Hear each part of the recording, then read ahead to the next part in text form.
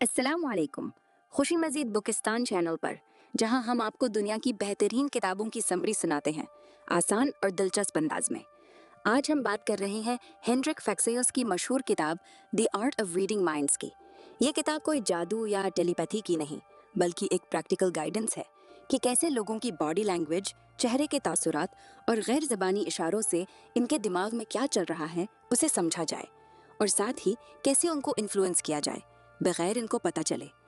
अगर आप social skills बेहतर करना चाहते हैं तो ये किताब आपके लिए है। चलो तफसील से सुनते हैं, जैसे हम दोस्तों की महफिल में बैठे हैं और गपशप कर रहे हैं। पहले तो किताब का तारुफ करवाते हैं। हेनरिक फैक्सियस एक स्वीडिश मेंटलिस्ट और कम्युनिकेशन एक्सपर्ट है, जो टीवी शोज में लोगों के दिमाग पढ़ने जैसे करतब दिखाता है। लेकिन वो कहता है कि ये कोई सुपर पावर नहीं, बल्कि साइंस और प्रैक्टिस पर मबनी है। किताब में बताया गया है कि हमारी कम्युनिकेशन का 93% हिस्सा नॉन वर्बल होता है, यानी अल्फाज से सिर्फ 7% बात होती है, बाकी body language, tone of voice और चेहरे के तासुरात से। मिसाल के तौर पर तसव्वुर करो तुम किसी दोस्त से मिलते हो।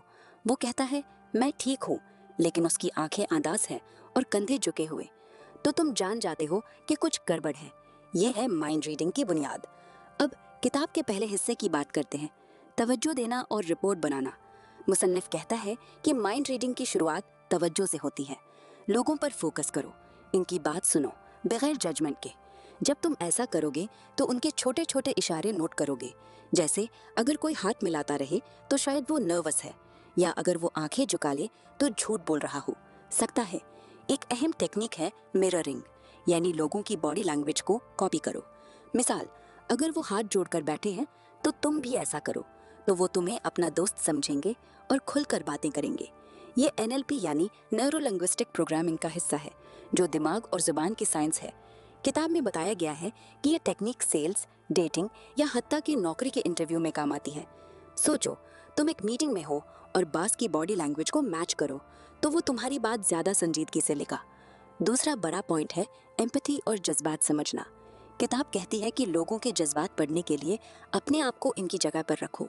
मिसाल के तौर पर, अगर कोई बाजू क्रॉस करके बैठा है तो शायद वो दिफाई है या नाराज, या अगर वो मुस्कुरा रहे हैं लेकिन आंखें नहीं मुस्कुरा रही तो ये जाली मुस्कुराहट है, मतलब दिल से खुश नहीं। फैक्सियस ने बहुत सी खजी का लाइफ मिसालें दी हैं, जैसे एक सेल्समैन को प्रोडक्ट बेच रहा है। अगर कस्टमर की आंखें चमक रही हैं तो वो इंटरेस्टेड है, लेकिन अगर वो पीछे हट जाए तो शायद ना खरीदे। किताब में मैक्रो और माइक्रो एक्सप्रेशंस की बात भी है।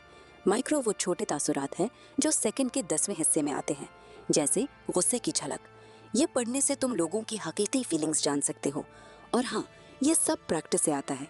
किताब में एक्सरसाइज है कि तुम लोगों को देखकर उनके मूड का अंदाजा लगाओ, जैसे कैफे में बैठकर मुशाहिदा करो। अब तीसरे हिस्से में आते हैं, इन्फ्लुएंस करना और लोगों को मुतासर करना। एक बार जब तुम लोगों को पढ़ लो तो उनको इन्फ्लुएंस कर सकते हो। मुसन्निफ कहता है कि ये मैनिपुलेशन नहीं, बल्कि बेहतर कम्युनिकेशन है। मिसाल के तौर पर, मुस्बत बॉडी लैंग्वेज इस्तेमाल करो। खड़े होकर कंधे सीधे आंखों में देखकर बात करो, तो लोग तुम्हारे साथ इत्तेफाक करेंगे। या लफ्जों का इंतखाब ऐसा है कि उनका दिमाग खुद ब खुद तुम्हारी बात मान ले, जैसे क्या तुम्हें ये अच्छा नहीं लगता की बजाय ये तो बहुत अच्छा है ना।